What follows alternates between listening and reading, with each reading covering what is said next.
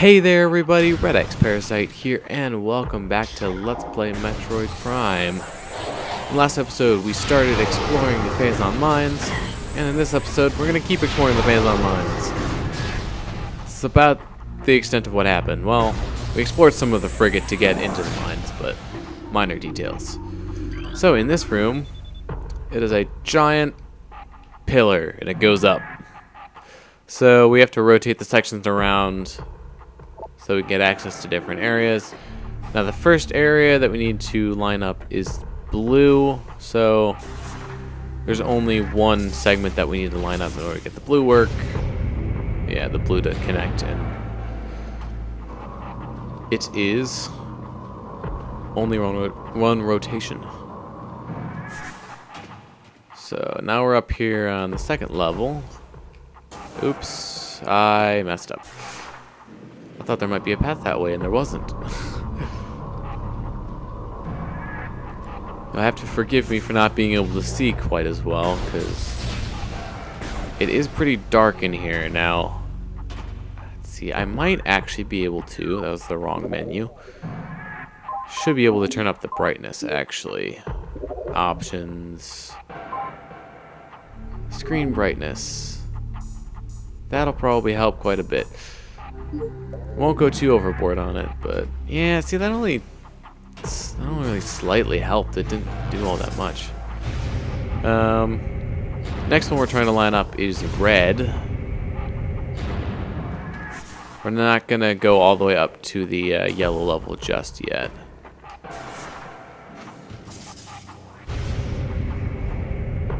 And this one we have to rotate 3 times. Now we should be good.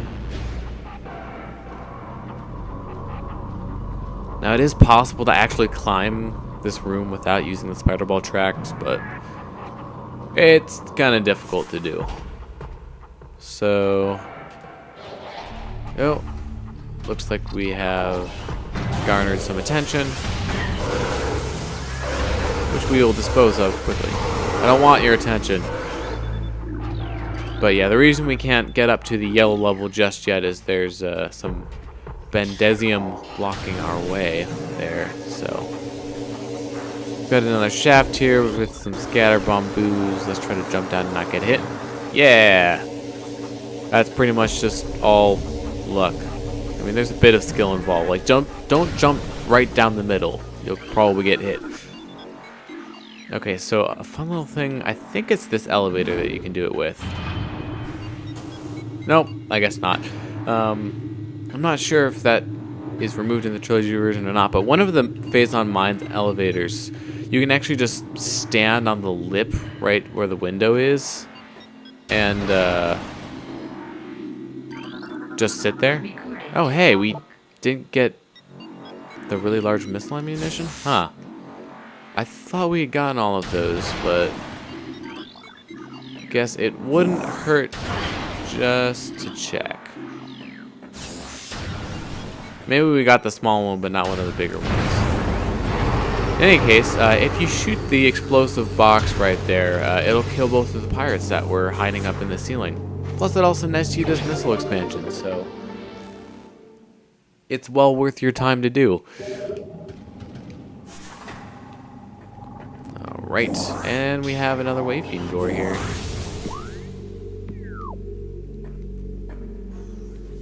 And inside this room,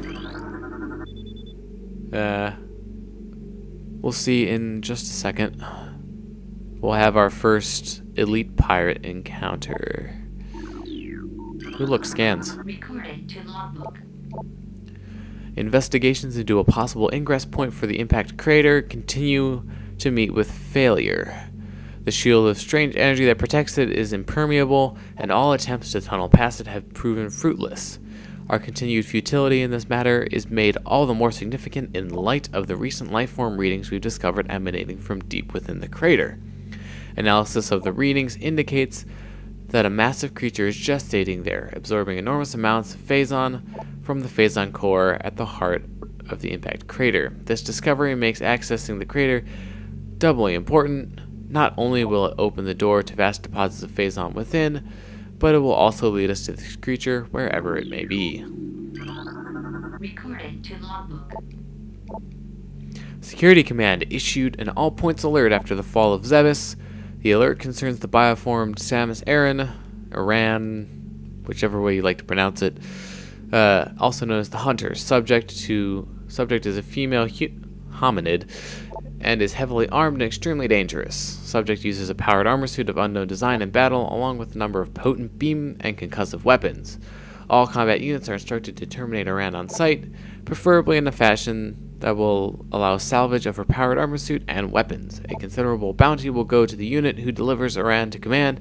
Dead or alive, it matters not. Nice. Okay, let's see if I can get the scan. Haha! Recording to logbook. So you can scan this guy before he fights you. Morphology: Elite Pirate, Phazon Enhanced Space Pirate, incredibly strong, armored, and well armed. Elite Pirates are potent foes. Their energy siphon system absorbs beam weapon shots. The nature of this system makes them vulnerable to concussion-based weapons. Well armed, the Elite Pirate is effective in close combat and at a distance. Their massive size can be a weakness, and their sluggish speed allows for evasion and quick attacks. So once you step forward, you can actually avoid this, kind of. You can avoid the fight at the very least. And I'll show you how. But there's actually something fun that you can kind of do with these Elite Pirates, and that is when they spawn, they won't actually start fighting you until they see you within their line of sight. So if you just step outside of their line of sight to either side, left or right, it doesn't really matter, then you can basically just spam weapons at them, and they won't do anything. They'll just keep trying to turn to face you. So use that to your advantage, because you'll be able to use that trick actually quite a bit against the Elite Pirates. So you can see, especially combined with the quick missile trick, I just took that guy out and not all that much time at all. But we have a new kind of pirate here. These are the Ice Troopers, space pirate armed with ice beam technology. Space pirates have reverse engineered several of your weapons, including the ice beam. A flaw in the design makes these pirates vulnerable to their own beam weapon system. This is the same thing as the wave pirates, just with the ice beam instead of the wave beam. So these guys, you can freeze them, but you can't actually hit them with missiles once you do, for whatever reason. See, it just doesn't work. So you can freeze them and kind of do the same stun lock thing that you do with the wave pirates, just, you know, they're frozen instead of being paralyzed. Okay. Yeah, there is, I believe, a logbook.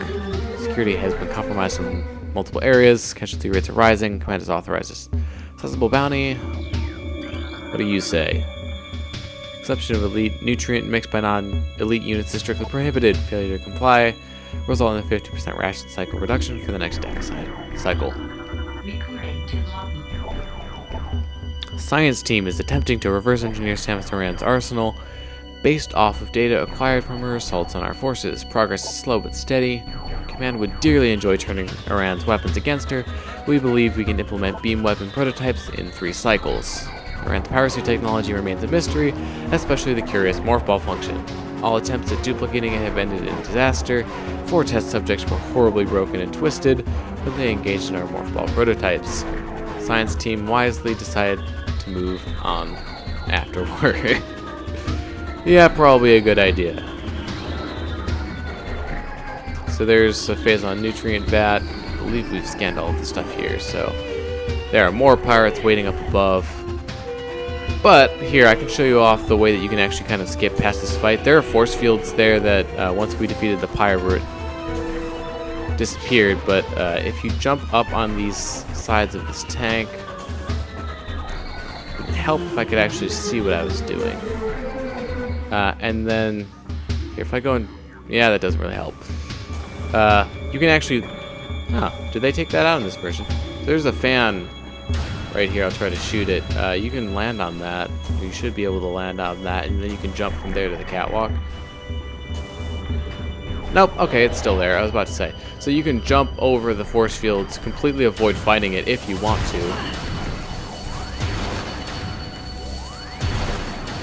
But I wanted to show off that trick for one. But that's all the pirates for now. Okay. Security alert, computer system compromised. Bioform Samus Aran has cracked our systems. The hunter can access our system at will and is able to bypass most of our security programs. Use manual locking systems when possible. So, unit transfer. Metroid aggression levels are rising. Be alert for any attempts by Metroids to escape quarantine areas. Their energy absorption ability is not able to disrupt our force fields, but continued exposure to Phazon may change things for the worse. Using our morph ball technology to infiltrate our facilities, recalibrate sensors to search for morph ball energy signatures. So we just roll around in the morph ball a lot, is basically what I gathered from that. There are a lot of scans up here. I'm just gonna get some of these non-important ones out of the way, because I'm gonna have a lot of reading to do.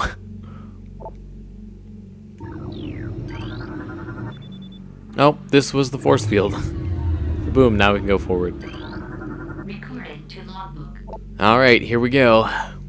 We have come to another dead end. It is now clear that we will never discover the locations of the Chozo artifacts until we can decipher the messages carved into the statues in this abominable temple. Our language databases are woefully inadequate, and our linguistic analysts can come up with little more than vague theories. The best hypothesis that we can offer is that finding artifacts will require items spiritually linked to the Chozo civilization. However, without these items, we are lost, and command grows more impatient by the day. Results must be produced soon. Someone's over here. Recording to logbook. Although we are still no closer to finding the artifacts of the Chozo, we have at least produced a viable hypothesis for their function. It appears that each of the artifacts corresponds to one of the statues on the temple platform, and that each one acts as a small key to a huge lock. Judging by the number of statues, we assume that there must be 12 artifacts. Once we find the resting spots of all 12, we can bring them here, unite them with their statues, and open the gate system at long last. Once we do, the impact crater and whatever creature it shelters will be ours for the taking. Recording to logbook. Results are in from field studies on the bioform group Chozo, who we believe to be extinct. We believe that Talon 4 was once a stronghold in a great Chozo empire, brought low by the meteor strike. Planetary devastation brought an end to the Chozo, yet remnants of their society remain. We are studying these relics in an attempt to harness their power. What is of no use to us, we destroy. In time, we shall have all we need from this dead race, and shall wipe this wipe this planet clean of their ugly ruins. The dead should serve the living, not hinder them. That's pretty rude, although the space pirates aren't really the most polite group.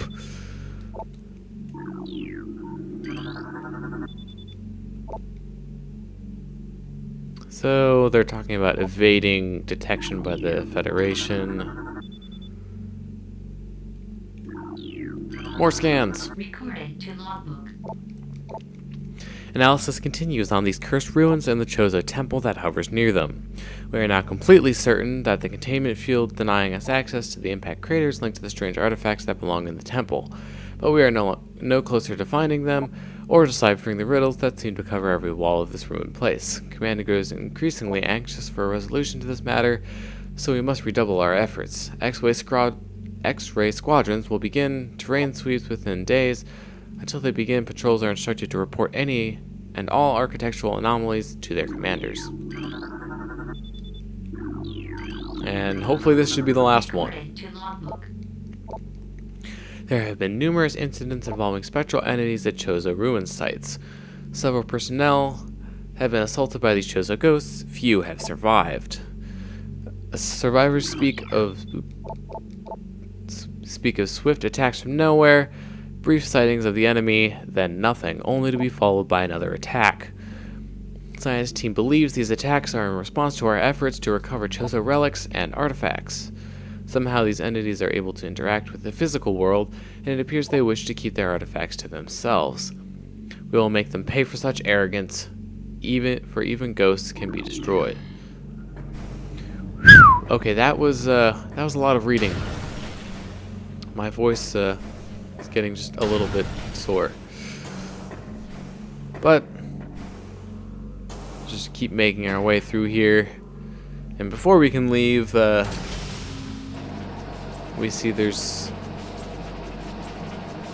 I'm forgetting the name of the gas, but basically whatever gas the puffers have inside of them.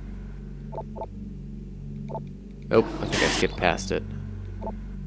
Metaviprium gas, okay, that's what it is. It will hurt you continuously, so don't stand in it. You will be safe once you get into these little corridors at the end of the room. But not much we can do with that for now, so we'll just keep moving forward.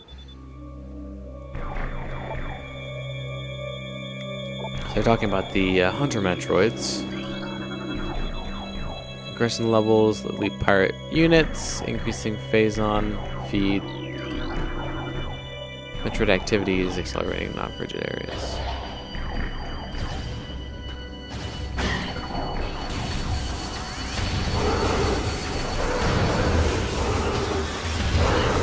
So we have a lot of pirates to deal with in this area.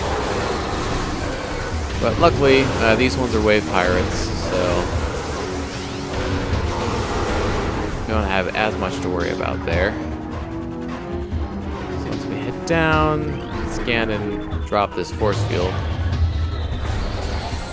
And we get to have some fun with super missiles. Now, of course, you can use the regular power beam shots on these power troopers, but I strafed at the wrong time.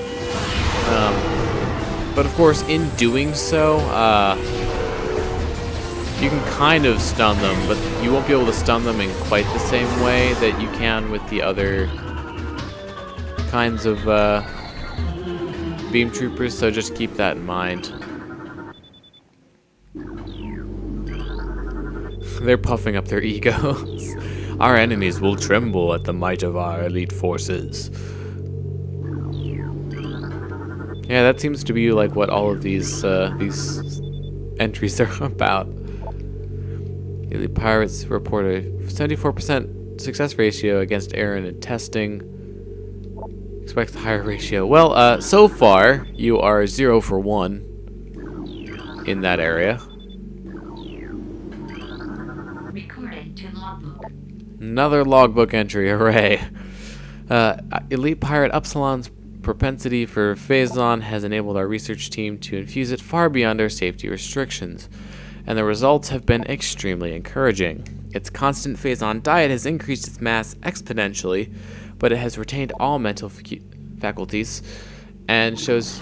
Oops, that was not the combination of buttons that I wanted to press. Faculties, and shows dexterity with all elite weaponry, including plasma incendiary launchers and the chameleon manta issued for cloaking purposes. Elite Pirate Upsilon exhibits miraculous healing abilities. When injured, it seeks out Phazon deposits and coats itself in the substance, which instantly mends the creature's wounds. The subject, which we are codenaming Omega Pirate, based on these developments, shows potential to be a new standard for our armies. Our only concern at this point is its potential overdependence on Phazon. So that sounds like quite the formidable foe indeed. I want to check. So we're at 86% of logbook entries now. Just because we got all of those pirate logbook entries in the previous room. Cryosleep tank modified for elite pirate storage. Looks like it's still sleeping though, which is good for us. Phazon processing and security systems are taxing dynamo beyond safety tolerances. Though the conversion to geothermal power is easing the drain on our system, it is not enough. Further power use at current levels could lead to system failure. Alright, so once we jump down here... oh yeah, okay. No, we can't scan the sky just yet. So, it looks like a security drone, but it's not showing up on any of our visors, so we can't actually lock onto it. Now the wave beam is effective against it. It did freeze it, but it has a shield that is up whenever it's not firing at us. So, yep, you just saw it flash on a thermal visor there for a second.